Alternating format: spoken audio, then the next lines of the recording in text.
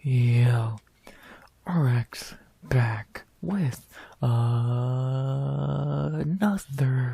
retrospective.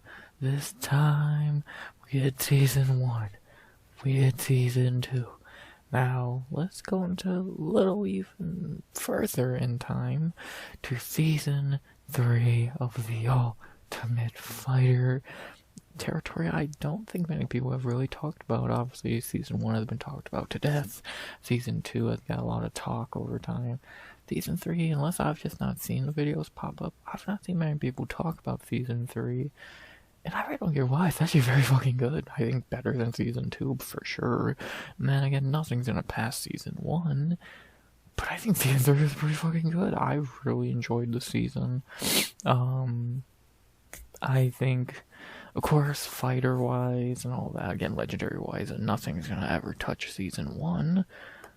But I think season 3 is really fucking good. I really enjoyed it. The first season where the coaches hate each other. A few decent fighters, 1 or 2 maybe. It was fun. It was fun. I enjoyed it. Some of the fights were so much better than season 2. And, I really enjoyed it. So, not really a lot to say there. Like, it's early TuF. It's gonna be decent. I don't know when it starts getting shitty. I'm guessing around season 9, 10. Because obviously we still had the Rampage season, which I believe 2 of them actually, which I'm guessing both are great. I know BJ Penningen's Pulver had a season, so that's probably a fun one. So yeah, we still had a few. Like, I'm currently in the middle of watching season 4, which has been pretty decent so far. TuF is good. Early TuF is actually good. It's a shame a lot of newer fans might see TuF and laugh at it for being what it is, shit. But if you go back and watch early TuF, you'll see why this show is so legendary, so important to the UFC. It was fucking great, and I think this season was great. So I'm excited to talk about it. Not, again, fighter-wise, nothing's on top season 1, but you know, this is a fun. If this was season 2, it would have been a very decent fucking follow-up to how season 1 was so good. So, I enjoyed it. I'm excited to talk about it, and let's do just that, shall we? Not really much to say with these retrospectives. I think it's a very one-to-one idea. I'm gonna go back, talk about something that, an old, whatever the fuck, and that's that. Not really much to it. I'm excited to talk about it, and, yeah, last retrospective of the year. After this, I'm gonna take some time off from doing these. Probably come back probably like February and do season 4, Contender Series season 2. So it's not gonna be an all year thing because it'd be borderline impossible. But yeah, don't like next year. I'll talk about this more on stream and other videos. But yeah, it's not gonna be an every week thing, but plenty of retrospectives will happen in 2026. So. Last one, 2025, concept I came up with 2-3 months ago. I love doing them. They're easy. They're fun. I love looking back on shit. So, let's do just that, shall we? Last thing to say before we do is, as always, the normal YouTube bullshit, which is, please like, comment, and subscribe. 200 subs a goal by the end of 2025. And as always, unless I'm going to say something which I don't believe I am. I think the only thing left to say is, you ready to look back on season 3 of TuF? Now that we're in season 33, let's go back to when the show was actually good still for a while back in this era. Last retrospective of the year. You ready? I know I am. TuF season 3 retrospective. Begin. Like always, we'll begin with the draft, look at each fighter, then look at the fights, coaches, da-da-da, you know the deal. Beginning with the number 1 pick. Yes, my nose is stuffy, shut up. The number 1 pick of season 3. Maybe the best number 1 pick so far. Who was season 2's number 1 pick? trying to remember. Let me look. Keith Jardine. This is about on the same level of as Keith Jardine. They probably fought, to be honest. As we have as our number one pick from Team Ortiz, his golden boy of the season, that most of the fighters on the show hated.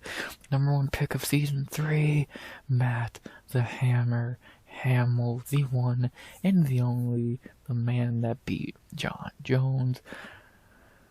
Yeah, I think a lot of people know Matt Hamill, 12-8 in the UFC, in the career 10-5 in the UFC. Yeah, I think he's a pretty iconic name. Maybe not because he was on TuF, you know. He was on TuF for a lot of shit after TuF. He had one fight on the show with his actually MMA debut, which is insane. And we'll talk about why it was only one fight. But then the UFC signed him, and he did pretty good. Beat names like Seth Petrozelli, Tim Bosch, Mark Munoz, Keith Jardine, John Jones, Tito Ortiz. That's actually fucking. I didn't know they fought. That's all actually hilarious. But then outside of that, he took a lot of L's as well. Michael Bisping, and we'll talk about later. Rich Franklin, Rampage, Gustafsson, Thiago Silva. So every guy he lost to, though, was a name, and a really good one, I bet. And he had to have Jones, Jardine, and Ortiz, even Munoz, a really good winning streak there. He put the one in John Jones, bro. So take that as you will. Was he the greatest fighter? Not really. And of course, we all know he was deaf. He couldn't hear shit. So take that. The first, I think, fighter in UFC. I think the last one, they had one on Contender Series a few years ago. He didn't do good. So shocker. Yeah, Matt Hamill was really fucking good for a first round number one pick. Pretty decent. Probably the best number one pick on TuF so far. Dude was good. I mean, obviously, we all remember him. We'll always remember him. Not a bad fighter. Decent wrestler. Striking got better over time. Yeah, he's fine. He's perfectly decent. No real bad things to say about him. Probably the the second best fighter of the season? I would probably say so. Dude was good. Dude's very good. An OG. Almost 50. I swear I saw something not long ago that he finally heard for the first time. They gave him something or did something, so that's amazing. Dude's an OG, borderline legend, beat John Jones, great number one pick, best one in the show so far's history. Very good. And then for Ken Shamrock's second pick, obviously Tito and Shamrock are the coaches, if you didn't know. For Shamrock's first pick, he took someone not as good as fucking Matt Hamill at all. Actually, he went completely opposite of good. He went for his first pick of Team Shamrock, Jesse Forbes, Kid Hercules. 15-5, 0-3 in the UFC. Ain't that some shit? Yeah, this was a terrible pick by Shamrock, which is kind of a running theme for, like, all of his picks. He was not very good. Jesse sucked. He took 2 L's on the show. First one, and then he stepped in to fight someone else and lost. Yeah, he was double terrible, submitted in both of them. Got a fight on the finale episode, lost again to Matt. And then did a lot of regional bullshit, fighting in the UFC 2 more times in 2010. Sucked again. Then never fought again. Does got a win. Is it that Anthony Smith? He has a win over Anthony Smith in 2010. Shows how great Anthony Smith is. And actually, that's his greatest win. I feel like this is a name. Yeah, and another TuF winner we'll talk about many seasons from now. So, yeah, the best one's Anthony Smith in 2010. Shows how fucking good Anthony Smith is. Yeah, terrible pick by Shamrock. Even though the talent pool for this season is very terrible, outside of like 4 names, I would say, and I'm pushing it to add 2 of them. Yeah, this was a terrible fucking pick. Forbes is garbage, and yeah, he proved it every time out that he is. If you're counting both TuF fights. The dude's 0-5 in UFC. Yeah, he's shit. What am I meant to say? One of the worst first round picks. I truly think if we're going. I don't remember who was taken second by fucking the season 2, but this might be one of the worst number 1 round picks ever. I think Poppy Southworth is better, so yeah. Pathetic by Shamrock, which is a running theme because again a lot of his fighters were shit, and yeah, bad first round pick by Ken. But Tito ain't without his terrible picks also, and actually, like before we, actually I'll talk about that more later. For Tito's first terrible pick, his second pick of the draft, I don't even care about the weight classes anymore. I think it was light heavyweight and middleweight or some bullshit. We had Tito's second pick of the draft and his first terrible one, the annoying bitch of the season, the what's that asshole in season 1. Who the fuck? I gotta look who he fucking who the fuck was that? I can't remember his name. Who the Sam Hoger. The Sam Hoger of season 3, the annoying bitch that you just want to see get punched in the face. Tito's second pick, and god, what a shitty pick. Rory Singer, or should be Cryer, 11-9 in his career, 2-2 in UFC, and he fought in Pride. Yeah, he was terrible. This dude was so fucking annoying. He was always bitching about something. It's like, ugh. Again, 2-2 in UFC somehow. Yeah, this dude was so annoying. I wanted to see him get beat up so badly. His face was annoying. His voice was annoying. He was always crying, "Oh, this is dirty." It's like, shut up, you bitch. But on the show, he did get a win. He did knock out Solomon. Actually, really good knockout, good win. Battle of two assholes there. I guess the better of the 2-1. But then in the semifinals, he got his ass handed to him by Ed Herman, which that was never not gonna happen. And then he went on to stay in the UFC, get 2 wins in a row actually against Ross, we'll talk about later, and Josh Haynes, another guy we'll talk about later. But then Yushin Okami knocked him out. That's actually a respectable loss if you know, you know. And then he got cut, came back, and Jason McDonald beat him as well, who I don't even know who that is. And then he got cut and went on to go do what the fuck ever for years, so yeah, he's not good. Again, he fought in Pride, so now got his ass beat by Matsui. Nice. Yeah, this dude sucks. This dude was fucking terrible. What am I, like, he was annoying. I guess, so far, not, like, taking out Matt, who, taking out any good fighters, I guess. Rory would easily be the most successful so far, and probably gonna end up being one of the more successful, taking out the actual good fighters. But yeah, he's annoying, and I would love to watch this Okami fight. I'm gonna watch that eventually. Yeah, he's annoying. Happy that he got beat up, and fuck him. What a little crybaby bitch. And terrible pick by Tito at in the second round, top of the second, with some of the other names on the board. Not great, Tito. Not great. Ken does not do much better, though. He does get probably a better fighter, but another kind of annoying fucker. And we have in our in Ken's second pick, much better than his first, but still not very good.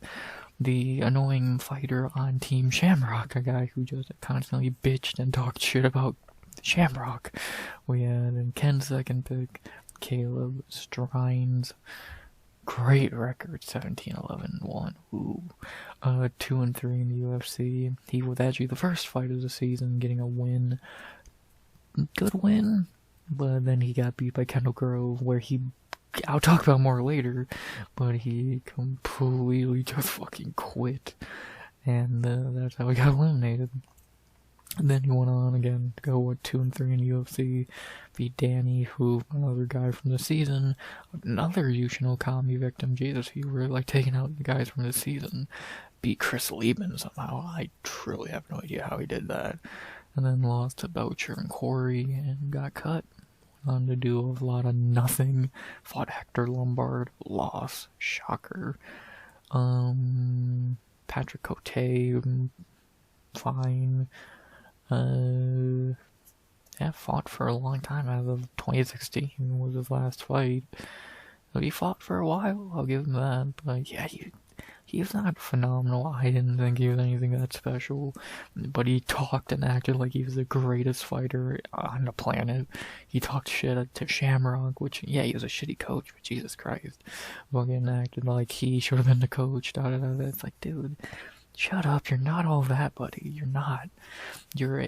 Yeah, you look okay because you're fighting a bunch of shitty fighters. In reality, you fucking suck, and yeah, he was not very good.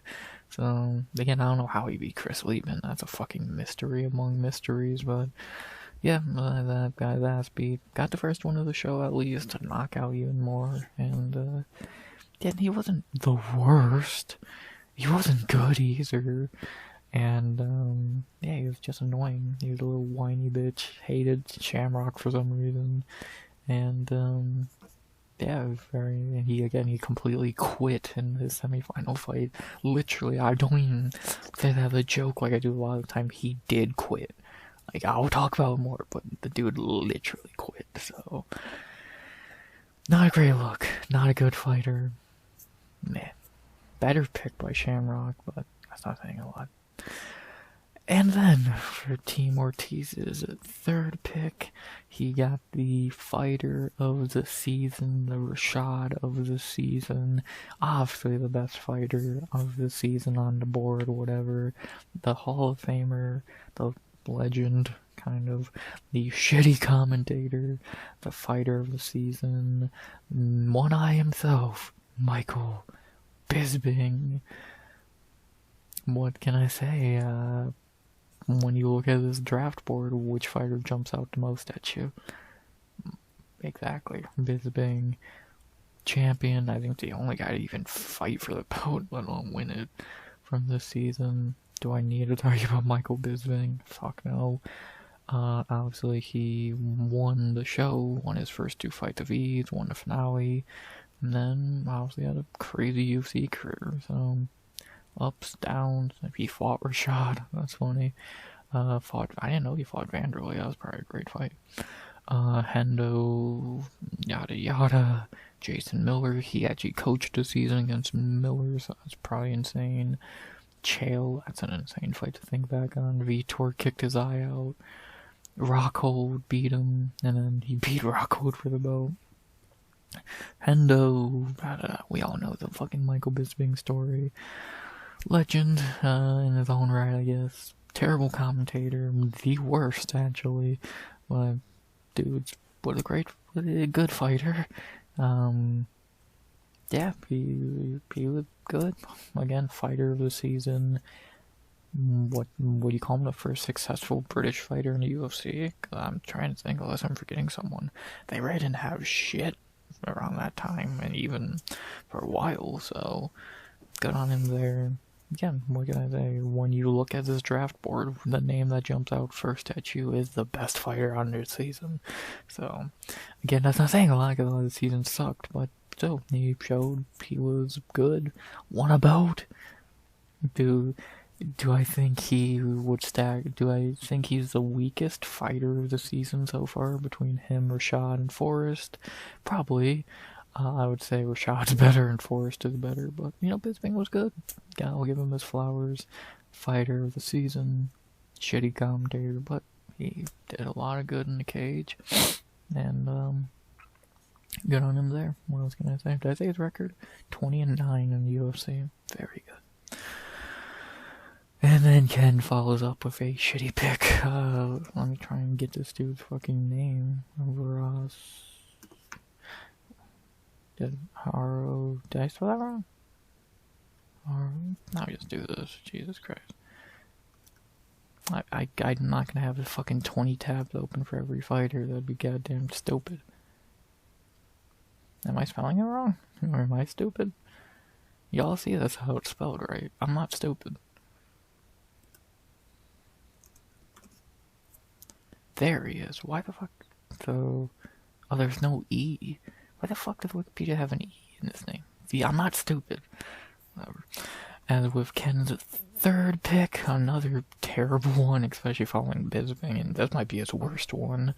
We have with Ken, Team Shamrock, third pick to try and counter Bisping. They didn't. Chris Rossmel? I don't know who's supposed to say it. Chris.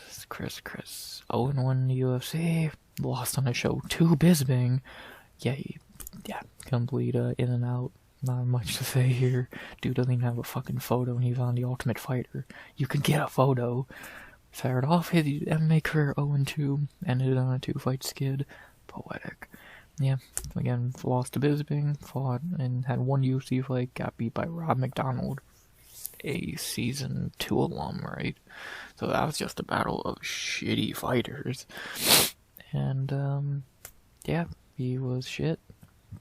What can I say? I remember him because he had a unique look. He like long hair or whatever. About it. I remember him being shit. So next, great way to follow up Bisping, Ken. And then Team Ortiz strikes another fucking gem. Not as much as even Matt and Bisping, but another memorable name from the season. That's probably the third best fighter of the season. All three on Team fucking Ortiz. Now with Tito's fourth pick, he takes another good, one of the rare good fighters on this fucking season, and he took with his fourth pick of Team Ortiz, Kendall Grove. Again, I guess kind of says a lot when Kendall Grove is the third best fighter of the season, but he definitely I would say easily the third best. What the fuck is this? Not saying he was great, 7-6 in the UFC, but he was, again, better than who the fuck he was on the show with for most of them. He was the other the season winner with Bisping. He went 2-0 on the show, running through Ross and Caleb pretty easily, then fighting Ed in the finale and beating him. And then he went on to have a very mid-UFC career. Beat Evan Tanner, former champ there. That's about it. God, he really beat nobody. Lost to Patrick Cote, Jorge Rivera, Mark Munoz, Damon Maya, Tim Bosch, so not great. Then fought forever. Beat Derek Brunson.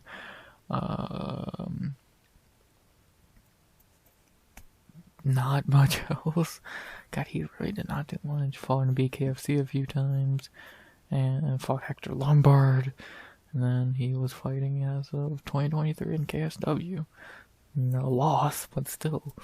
I'm not saying Kendall was a fucking world beater, but he would, in my opinion, still easily be the third best fighter of the season. He looked great on the show. Dude has some talent, but I guess everybody can never put it together in the UFC. And, yeah, kind of just became mid. I remember him in one or two of the UFC games. So, yeah, if he's not a bad fighter at all, I'm not think he was great either. And again, easily the third best fighter of the season with Matt and Michael, and all three were on fucking Team Ortiz. So, Tito gets scout talent, clearly. Good pick. Kendall, decent fighter. Again, third best of this season, I would say. And, yeah, not much to say there. Then for his buddy, funny enough, Kendall's buddy, what was it, Team Dagger or some shit, the guy he made a little pack with, even though they were on separate teams. A long story. We had, with Ken's fourth pick, another not great one, Solomon Hutcherson, the other half of Team Dagger, with Kendall 0-1 in the UFC, 0-1 on the show. Got knocked out by Rory, and then fought some dude named Luigi in the finale and got beat. And then that was that. He was memorable because he was a big talker and all that. Besides that, yeah, he sucked. Before the show, didn't do much. After the show, did even less. Yeah, he is just not very good. Another guy who doesn't have a profile for some reason.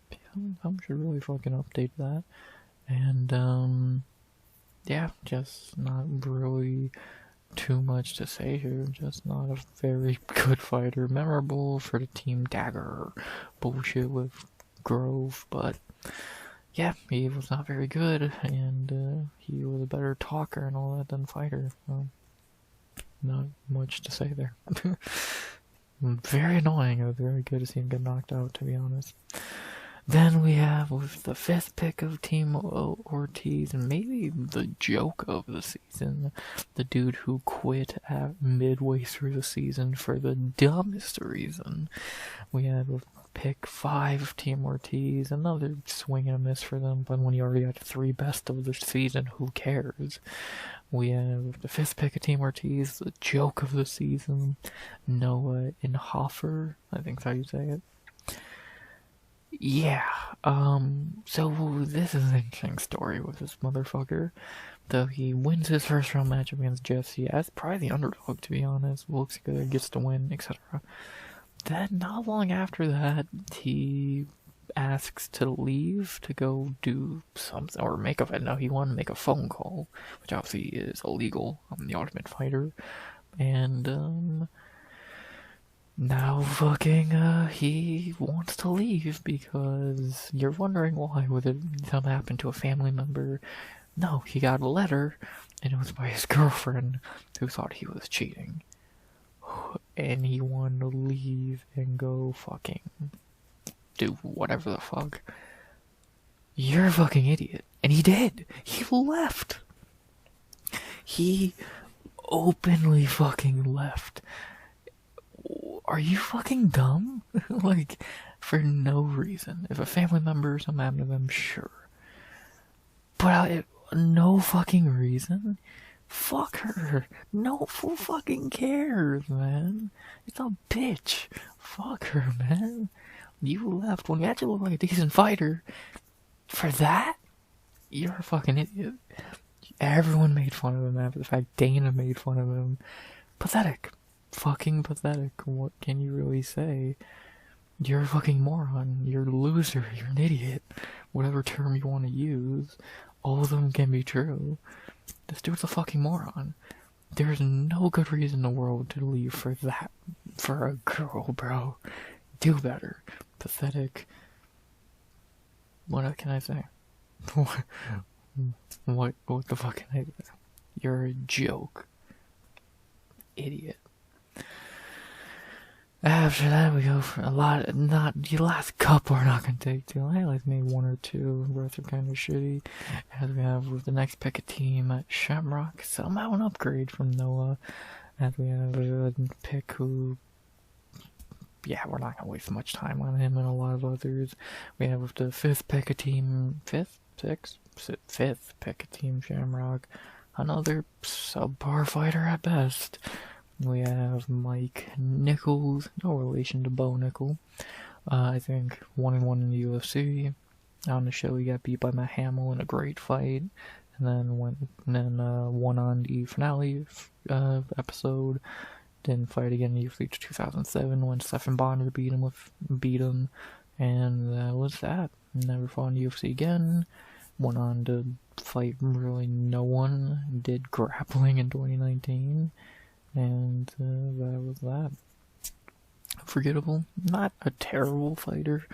Probably better than a few other players. But yeah, not fighters, players, whatever you want to fucking call them at this point. But I guess you are in a reality TV show. You would be a gamer or a player, whatever term you want to use. Yeah. He was perfectly fine. Not really much else to say. Not the worst. Not the best. He was there. There you go. After that, we go to Tito's 6th pick, the first man eliminated. after losing to Caleb. We looked at him, well, we talked about him a bit earlier. We'll look at him now for about 3 seconds, because all he's looking worth. We have Tito 6-pick, another swing and miss. Oh, he just do Lawson and Lee for no reason. Mike Stein. I truly don't remember this dude at all. Yeah, he got on the show, lost to Caleb, and that was that. I don't even remember what this dude fucking looks like. We can take a look at him. Can we see what this dude fucking looks like? There he is. I truly don't even remember what the fuck he looked like. So, there he is. You want to take a look at that? Yeah, he got destroyed by Caleb in the first fight. About it. Next. He obviously, back then, you got kicked off the show when you lost, so we saw him for 1 episode. Not even. Yeah, good. Next. And then the only real pick worth a damn in these last few rounds, the best pick by Team Shamrock. Oh yeah, finally Ken made a good pick, only took 6 rounds. The 4th best fighter of the season. That's after number 4. Might as well flip a coin for who's number 5. Yeah, with the 6th pick of Team Shamrock, and the only fucking decent one, we had Ed Herman, one of the best MMA actors of all time. Yeah, for Team Shamrock standards, Ed looked like a fucking superstar. 13-12-1 in the UFC, was in the UFC forever. He beat Glover, and didn't even fucking, that's actually insane. That Glover? I didn't know that. Dude was not terrible, I guess. He was far from terrible.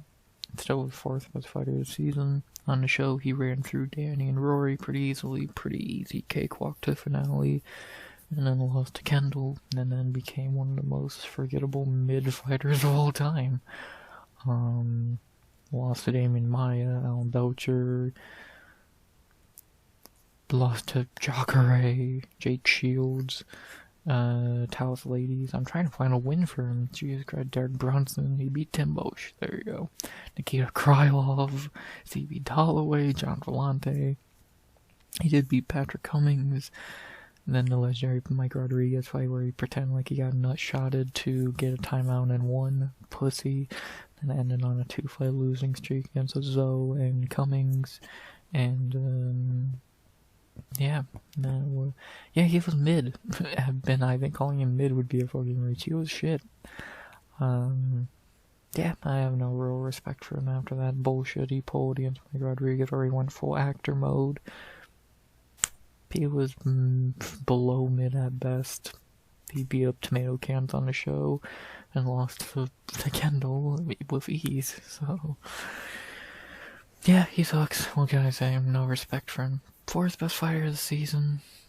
I'm not saying a lot. He's an actor. Fuck him.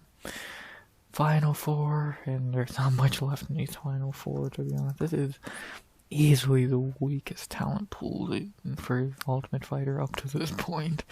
And we had with Team Ortiz's 7th pick. I guess one that wasn't terrible, but I wouldn't say it was good either. Team Ortiz's 7th pick, Josh Haynes. He looked okay. 0-3 in the UFC. Did make the finale, and he was kind of a feel-good story. It seemed like a good guy and all that. His kid had some fucking issue, so he seemed like a good guy. We got to the finale beating Tati and Jesse, and then lost to Bisbing, of course, and then lost 2 more after that to Rory and Luke, who we talked about last week, and then got cut. Yeah, good guys don't always do well in the UFC. Getting cut, he did nothing after the fact, and that was about that for him. He fought Johnny Carter, who we'll talk about in Season 4 eventually. Yeah, not much to say about Josh. Good guy, good story to get to the finale. Times that, not great. Would I call him the 5th best fighter? Him or Caleb would have to be the 5th best fighter of the season, I would have to imagine, so... There you go. Not really much else to say. Made it a finale. looked good. Again, a feel-good story for him, but yeah, he wasn't that good. Kind of a flabby dude who had a little bit of skill. Cool. Next. As far as third to last pick and Team Shamrock's second to last pick, we had another shitty one and maybe the worst fighter of the season skill-wise. Dude, I swear this dude was awful. Now look at that record. We had Team Shamrock's second to last pick. Their pick of round 7. We had maybe the worst fighter of the season, maybe one of the worst TuF fighters of all time. We have Ross Poynton. 6-17, Lord have mercy. 0-2 in UFC, 0-2 on TuF, 0-4 overall. Yeah, he came in on the show off a loss, great, and then got beat up by Kendall and Bisping. Got 2 chances, looked terrible in both. Got 2 more chances in the UFC. Lost to Rory and Rich Clemente, and then got cut and went on to do a lot more losing, having his last win in 2008, fighting 3, 4, 5, 6, 7 times after that. So yeah, this dude was not good. Just keep it short and sweet. Yeah, this dude's fucking terrible. Again, maybe the worst, one of at least the worst TuF fighters of all time. I would say the worst on this fucking season. Yeah, he's terrible. I don't think he knew one basic MMA technique. He was fucking garbage. So, he was literally here because he was British. I can't see another reason why they'd give him a shot. He is fucking awful. So, 6-17. 7 fight losing streak to end his career. He should fight fucking felony Charles Bennett. Someone has to get a win. So, yeah, he's terrible. I think felony would actually beat his ass, to be honest. Yeah, Ross is garbage. What the fuck was I going to say? 6-17. Come on, man. Not like the last 2 picks of the season are any better, beginning with Team Ortiz's last pick and probably their worst. A joke of all joke, not even a joke, just a shitty fighter of shitty fighters. We had Team Ortiz's last pick, Danny Abadi, 4-6, better. 0-2 in the UFC. Lost Ed Herman with ease. I don't even know how that was sanctioned. Lost 2 more times in the UFC to Caleb and George from last week. And then got cut, went on to do nothing, ended his career on a loss to Shoni Kata. And that was about that. Yeah, this dude was shit.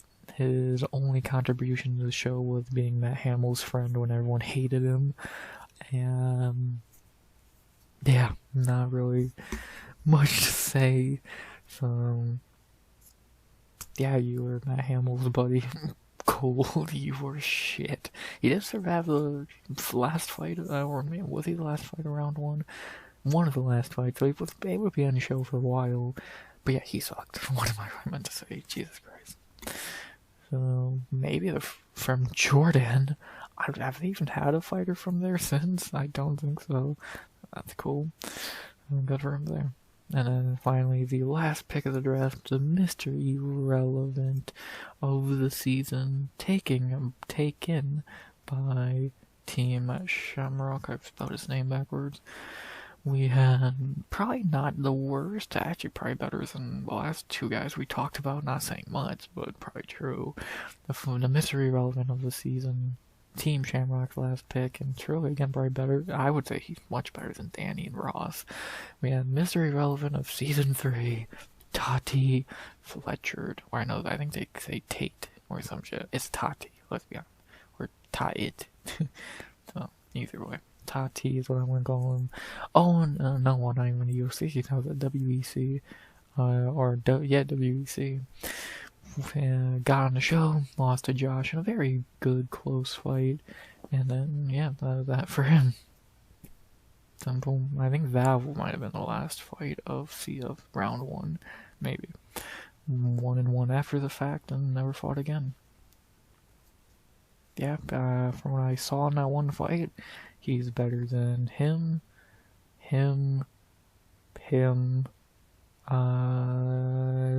Probably him.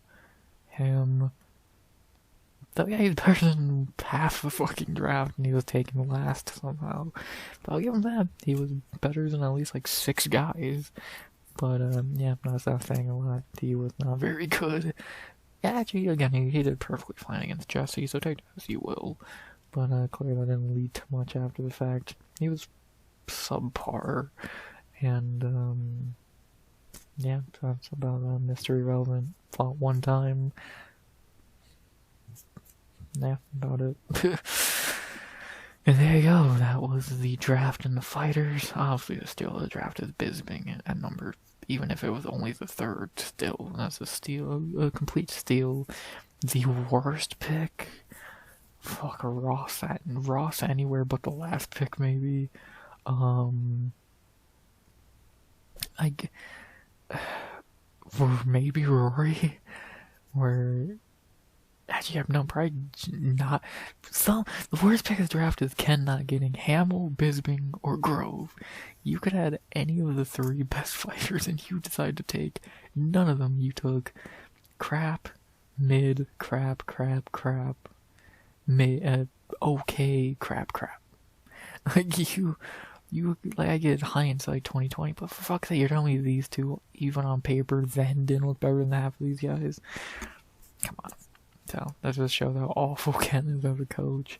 And yeah, so Bisping in the 3rd. Hell of a fucking pick. I guess Ed in the 6th was a really good pick, so I guess those would be the 2 steals. Worst pick, most of Shamrocks. So yeah, again, I say this is probably the weakest talent pool we've seen so far for the Ultimate Fighter. Season 1 was, of course, legendary. Season 2 was better. This was terrible. Like, let's be honest. If you put these guys on TuF today, he's getting eliminated easily. He's done. I doubt he could really beat many people. Garbage, cannon fodder. Probably getting smacked up. He had talent, but who knows? Shit. He's, God, Jesus. Probably would lose. We're in the MMA today. The only guys who are halfway competent are Matt, Bisping, Grove, and I guess Ed. So it's really a 4-man season and then a bunch of jobbers.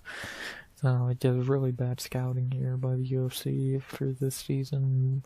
That's why season 4 they didn't do that. They had brought back a bunch of old fighters, and yeah, not great. Easily the weakest talent pool so far. But now let's see how that talent pool actually did. We talked about them, who they were separately, and now let's look at what they did in the fights. So let's do that. Even though we talked about all of them already, let's take a quick look. Beginning with the first fight of the season. As always, the season has been a knockout, it seems. And this time it was Caleb knocking out Mike Strine. Yep, Caleb's not great, but he's levels above whoever the fuck this is. Good win, easy win for Caleb. Good way to start the season, and yeah, cool. Not much to say there. He beat up a tomato can who doesn't even have a photo, so sweet. And then we had the second fight, and probably the upset of the season. Noah beating Jesse. Yeah, I would say probably a big in the upset of the season, unless I'm forgetting something. Good upset, good win. Noah actually again looked pretty decent. Jesse was shit, and yeah, good upset and win. Yeah, the nerdy guy beat up the buff asshole. Cool. Next, then we had, let's see, we had third fight of the season. Another one-sided ass beating as Kendall ran through Ross with ease. Like I said, Ross is terrible. The fucking worst, one of the worst TuF fighters of all time. Kendall, the third best fighter of the season, ran through him with ease. Nothing to say there. Next, speaking of good fighters from the season running through people, Bisping ran through Chris in 4 minutes. Good knockout. Next. I don't need to say much there. Then we had the Battle of the Assholes, who I hated both. I think most people probably did. We had actually a feud here. Rory versus Solomon. Good, very good head kick knockout for Rory here. Maybe the knockout of the season, unless I'm forgetting something. Very good clip, very good knockout. Good win. Good to see Solomon get knocked out after being a dick. You know, Rory, it had to be by Rory, which sucks, but nevertheless. Yeah, fun knockout. Two assholes, so good to see either one of them lose, and, yeah, really good knockout. And then we had, let's see, we had Josh and Tati, and maybe the debatable decision of the season, if I'm remembering correctly. I believe I agreed with the decision, but I could kind of see the point for the other side. Every season has to have a debatable decision. I'm not going to call this a robbery. I still think Bobby and Bonner might be the most debatable decision of the first 3 seasons. But, yeah, I remember this being kind of debatable, but not, like, robbery territory. And, yeah, decent fight. Not really much to say. Yeah, it was a perfectly fine fight. Next. Then we, switched the page. Then we had maybe the most one-sided fight, maybe in TuF history up to this point. I don't know how this got sanctioned. Ed Herman versus Danny. Dude, how was this allowed? This was never going to be a fight. He played with him for 4.5 minutes before finishing him. Yeah, this was pathetic. I don't even know how this was fucking allowed to happen. Yeah, come on. Pathetic. Then we had maybe the fight of the season. I would probably call this the best fight of the season. I thought this was a very good fight. We had Matt Hamill versus Mike Nichols. This was good. This was a good fight. And unlike you would expect if I were how the show built him up, this was a pure striking match. Matt really didn't shoot a takedown once. I think he had a fucking concussion or shoulder injury. He had some injury. And, yeah, he had a striking match for 10 minutes, and it was great. This was a really good fight, and probably what I would say the fight of the season was, unless I'm forgetting something. And, yeah, very fun. I can't say much bad about this fight, so there you go. Not very much to say. Fight of the season, shockingly, between a wrestler and a guy who is really not great, so yeah, good fight. Very fun. Then we had at the beginning of the semifinals, I believe, beginning with Kendall versus Caleb. This was another really good fight. This is another one that could be up for fight of the season. You know, I'd still think the Matt fight's a little bit better, but this was good. This was a very good one. Good, tough 2 rounds, but in beginning of round 3, Caleb, I think, already hurt his rib or something by that point in the fight, earlier in the fight, and then after I think he took a kick or something, he completely just quit. He, like, just said, I'm done, and he literally quit, and took the L. Kendall got in the finale, and, yeah, literally quitting. If a fighter did what he did here today in a UFC fight, 'cause I think someone did on Contender Series once, if someone did that today, they would be made fun of like no tomorrow. We make fun of Aspinall for quitting. Jesus Christ, if he did this shit, which is probably still more respectable than what Aspinall did, but still, dude, the memes would be off the charts. So he's lucky with 2006 or whatever. So yeah, I was almost born. Yeah, what a pussy. Good win for Kendall. Good fight. Not much to say. You fucking quit, you little bitch. Then we had in the second semi-final fight another complete mismatch for Ed. Even again, you know you suck when you're a mismatch for Ed Herman.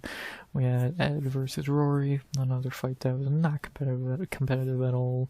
Whenever he wanted, he just threw. Whenever Ed wanted, he just threw Rory on the ground and beat him up and won easily after a round and a half of that. Yeah, mismatch. Still more competitive than the Danny fight, but that's not saying much. Yeah, this was just a mismatch and an easy one for Ed. Another to get to the finale. He can crush his way there, and we saw how far that got him. You'll see he was shit. So yeah, yeah, you gotta fight who you're given, and he fought 2 tomato cans on the show, so truly from all the seasons we looked at so far, he might have had the easiest road to a finale. I truly excited. Look at Rashad, who fought like 3 or 4 times against decent opponents. For this motherfucker to fight 2 of the worst fighters on the show, dude, he might have had the easiest cakewalk. Well, him and Bisping, both on the season, might have had 2 of the easiest fucking finale roads ever. So, good on them, man. Good on them. Then we had the second to last fight of the season in the semi-final for the... I don't think it was heavyweight, but whatever. We had Josh versus Jesse, and I know you're asking, why is Jesse here? He already lost. Because in that fight Matt Hamill had, he took a lot of damage, he was concussed, he was injured, and they wouldn't let him continue, so they had to bring someone in. They picked Jesse, and yeah, he got to... Well, actually, he might have been brought in when Noah quit. Either way, they had to bring 2 people back for Noah quitting and Matt getting injured. Jesse was one of them, and Josh got to fight him. He beat him because Jesse's shit, and easy win for Josh to get to finale. And finally, the last fight of the season. Speaking of fucking having to bring someone back, the final fight of the season, the Brit Battle, the rematch from when they fought right before the show, the last fight of the season, Michael Bisping versus Ross Poynton. This might have been because of the Matt Hamill injury, to be honest, because I remember the part where after Matt had to get pulled, Dana brought a bunch of the former eliminated guys in. Like, oh, do you want to fight? And a bunch of them said no. Ross was the only one to say yes, up a weight class. No, he got to fight. He had no chance in it, got beat again by Bisping. And, yeah, Bisping goes to a finale. And speaking of cakewalks, Chris and Ross versus Ed, who beat Danny and Rory. Actually, Bisping might have an easier walk, because at least Rory is better than who Bisping fought, so that should say a lot. Yeah, not competitive at all. He crushed him in 2 minutes. So, and yeah, that was that for the show fights. Look at the finale. We'll just use Bisping since he was the closest we had. The finale card had a lot of the fighters come back on it. Oh yeah, Mike get a win on it. One of his only wins of his career against some rando. Jesse took another loss. This one to Matt. Solomon took an L to some dude named Luigi. Caleb destroyed Danny. Rory destroyed Ross. No shocker. Not us. Actually, we talked about him last week. Then we had the finale fights. Kendall and Ed. Kendall got the win as the underdog, and then Mike easily ran through Josh. So your 2 season winners were Bisping and Grove. So through 3 seasons, your 6 winners have been Forrest, Diego, Rashad, Joe Stevenson, Michael Bisping, and Kendall Grove. Who's kind of the odd man out there? As much as Kendall's decent, he's definitely the odd one out there. And I would say Joe Stevenson would be number 5. Who would I rank? That top 4, Forrest, Diego, Bisping, Rashad. Ooh, I think you'd have to put Diego at 4, right? Because he never won the belt. Bisping at 3, Rashad at 2, Forrest at 1. So that's probably how I'd rank the 6 winners up to this point. Obviously, we know who won in season 4, so we'll talk about that when we get to that. But, yeah, Kendall and Bisping, your winners, and then the main event was Kenny Florian, speaking of season 1, that's cool. So, yeah, very decent season of fights. Like, I can't really call any of the fights this season bad. Like, every fight was either a quick finish or decent. Like, out of all those fights, I can't call any of them bad. Would I say, oh, you have to go back and see any of them? No, but if I had to rewatch the season and those fights mainly, I'd not be upset. Season 2, I'd be really fucking upset. This one, nah, not really. I had no issue with really any of these fights. I still think Hamill and Nichols probably gets the fight of the season. Knockout of the season, probably Rory and Solomon. And, yeah, obviously Noah got upset of the season, and he got upset and quit, so what does that tell you? So yeah, very fun shit there. And then, of course, we gotta talk about the coaches. So let's do just that. Beginning with, we'll talk about the better of the two, which is actually shocking. This idiot's the better of the two. Tito! Good old Tito. Well, what happened in the rivalry fight? This was, I think, their second meeting, and or actually, either way, he beat him. I believe this was the one after the show, and yeah, obviously Tito beat him like he beat Ken every fucking time. So, shocker. And more shocking, I can actually say Tito was a really good coach. Like, I think he, probably top 3 coach through the first 3 seasons. I think he was obviously better than Matt, I would say he's better than Franklin a little bit.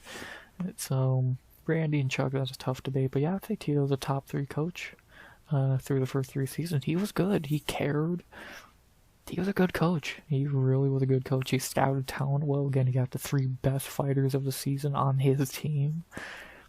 I'll give Tito's a really good coach. I don't know how he is in the next season. He coaches with Chuck in a couple years. But yeah, let's not of course now we know Tito as a fucking moron, but back then he was actually really fucking smart. He was good, respected. He was a good coach. I'll give him his props. And then to talk about the old man, someone the complete opposite of what I would say about Tito there, someone who is not a good coach, which is actually hilarious, Ken Shamrock. Somehow the dude who runs his own camp and is fucking, like, a dude who is a coach, was awful on the show. He did not give a flying fuck about his fighters here after a while, and, yeah, he was terrible. Still better than Matt Hughes, I would say that. He wasn't an asshole, but he did seem like he didn't care, which is worse, that's up to you. But, yeah, he completely sucked at coaching. Yeah, I will say a lot of the talent he picked was shit, so he's fucked either way. But still, you gotta make with what you get, and he couldn't do that, so... Yeah, for a guy who is a coach and has his own gym... He kind of he really sucks at coaching, so... Yeah, out of these two, who do you think would be a better coach? So, and then obviously losing another fight to Tito did not go well for him, so... But the trash talk was fun. The trash talk they had on the show was great. And again, this was really the first season where the fighters hated each other, the coaches hated each other. So, yeah, it was great. I really enjoyed it. And, that was TuF Season 3. I'm trying to think if there's any other notes to hit on. Not that I know of. That's really about the long and short of it. It was fun. I think the shortest retrospective of the last 3 weeks, but that's because a lot of these fighters were fucking garbage, so I'm not gonna waste time talking about them. But, yeah, this was fun. This was a very fun fucking, season. Again, much better than season 2 in my opinion. I really enjoyed it. I really did. What would I rate this season? Obviously it's not going to be on a level of TuF season 1, which I gave like a 10, because it is. I don't know what I gave season 2. I think like a 5 or a 6. I would say season 3, I'm giving it a 9 out of 10. I thought it was really good. The coach's beef was fun. The fights were fun. The fighters kind of sucked. That's the one thing if this season had a good talent pool, oh, this would be one of the greatest seasons of all time. But the talent pool being so shit, being Bisping, Hamill, Grove, and Herman, and then jobbers, it's like, come on, that's disappointing. Even from season 2, which didn't have the deepest talent pool, it had more. This was just terrible. Like, Bisping was the best, Hamill number 2, Grove 3, Herman 4. Then who would be number 5? Goddamn Caleb? Josh? It's like, that's how shit is. That number 5 best fighter of the season is a fucking jobber. So... talent pool just really brought it down. Again, if this had even as decent of a talent pool as season 2, talent pool, not fight pool, those fights are terrible, but talent-wise, again, this could have been a top-tier season, but that just kind of brings it down a bit. Still giving a 9 out of 10. I really enjoyed it. It was really fun, and, yeah, I'm not really sure what else to say. Very good season of TuF. Good reminder to see what TuF was at one point before it became a joke. And I enjoyed it. Not really too much else to say. Much better than season 2. And what the real season 2 of TuF should have been, trying to follow up season 1. I enjoyed it. Really, I have not very much else to say. And yeah, there you go. Not really too much else to say about this. Fun. Fun season, fun fights, shitty fighters, good coaches in terms of beef, one shitty in terms of coaching. And yeah, it was fun. Not really too much else to say there. There you go. So yeah, that's really all I got to say about TuF Season 3. Yeah. Well, again, I'm in the middle of watching Season 4 right now, so sometime in February you'll be getting a retrospective for that, which that season has been decent so far. And yeah, I really enjoyed going back and watching TuF, because it's good to see what it was before it became what it is. There you go. And yeah, last retrospective of the year, shortest of the year too. It was fun. Not really much else I can really think to say, so I hope you enjoyed it, most importantly, because I enjoyed doing it. So there you go. Yeah, not really much else to say. Hope you enjoyed retrospective, last one of the year. Again, sometime in February or March at the latest. I'll do TuF Season 4 and Contender Series Season 2 will definitely be the next two. Eventually I'm gonna do the old UFCs, but I just see no fucking point. Like, I struggle to get to want to do that because so many people have done it, but eventually I will. And yeah, so sometime next year, February, March-ish, we'll be doing some more retrospecting, I guess, whatever way you want to put it. I mean, I'm excited, so I'm happy I could add another video idea to the list outside just breakdowns and recaps, and happy y'all enjoy them, happy to do them. I love going back and watching the classics. I hope y'all like hearing me talk about them, so there you go. Not very much else to say. First video of the last fight week of the year, very fun. Also, we already know the last breakdown of the year for the Royval card will be on Friday, and then the recap will be on Sunday. And then I'll talk more about what the rest of the end of the year video content-wise will look like. So later in the week. So there you go. Besides that, obviously Tuesday, Wednesday, Friday, Saturday, and Sunday I'll be live, and I think that's about the long and short of that. So last time I'm going to say something which I don't believe I am. As always, I hope you enjoyed the video. Please like, comment, subscribe, turn subs goal by the end of 2025. And unless I'm going to say something which I don't believe I am, for the last retrospective of the year till February, March-ish, I'm happy y'all enjoy this idea. I'm happy I came up with this idea. And let's see what we're retrospectiving. That's not a word. Next year. With that being said, as always, RX out. Good vibes only. And always.